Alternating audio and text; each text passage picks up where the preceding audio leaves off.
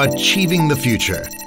Hi everyone, welcome to the latest episode of To the Future Devlog. Last time we introduced the automation of the harbor, the tech center, the logistics agency, and the transit center. If you haven't watched it, you can find the first two parts on the official PUBG Mobile YouTube channel. Don't forget to subscribe. Today we will continue to introduce the remaining two renovated areas, Sosnovska Military Base and Mylta Power. Firstly, the Sosnovska Military Base. Previously a military base in versions 1.5 Dynahex has transformed it into a security center used to keep Dynahex and Erangel safe. In actuality, the advancement of technology has allowed the Air Force, Navy, and Army to grow stronger. These three forces have merged into one at the military base and have become even more secretive. The design and construction of military bases will become more sophisticated.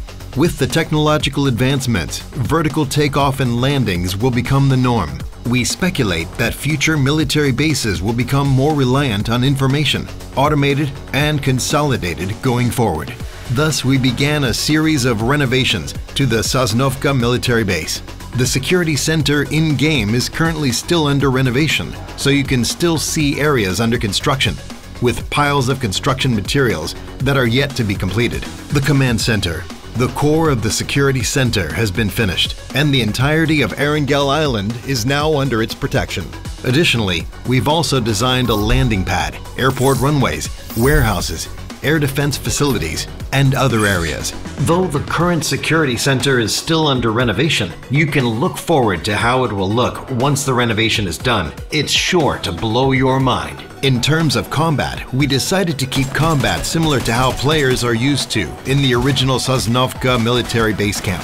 The main battlefields will still be centered around the command center, but inside the enclosed building, we have added open areas and some rooms, so your battle at the command center will be as much fun and intense as the team deathmatch. But please note that you will not be revived when you are eliminated here. In addition, the additions of interior elevators and automatic doors should broaden the variety of the overall gameplay and strategy.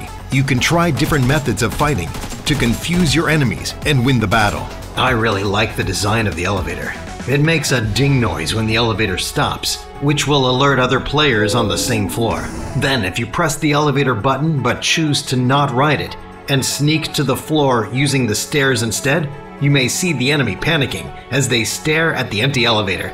This should be interesting, said Zhengtang. Finally, speaking of our energy center, I think our players will recall the two huge nuclear power towers in Erangel. As a landmark area of Erangel, surely it's going to undergo a series of renovations as well.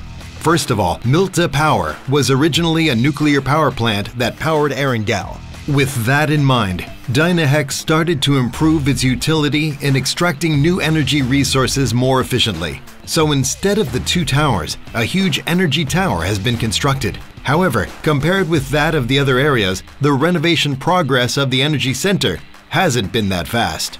Only 10% has been completed so far. As you can see, most of the buildings remain undemolished. The open space and complex terrain here creates an enclosed team firefight area. What form will this energy center take in the future? Stay tuned.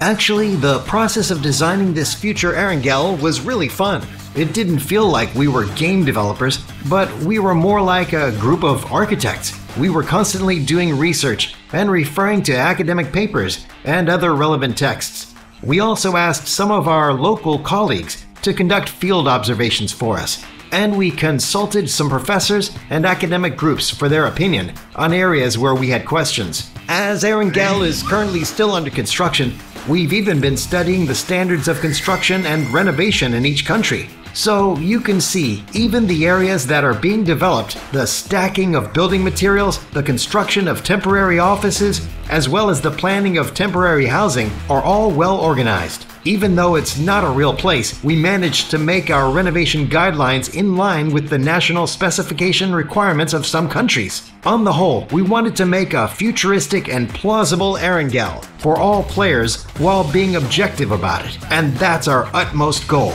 said Rick. We hope you like the new mode, Mission Ignition. And of course, in the future, we will bring you even bigger and more interesting events and gameplay.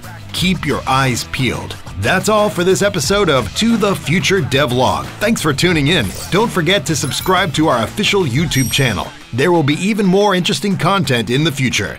See you next time.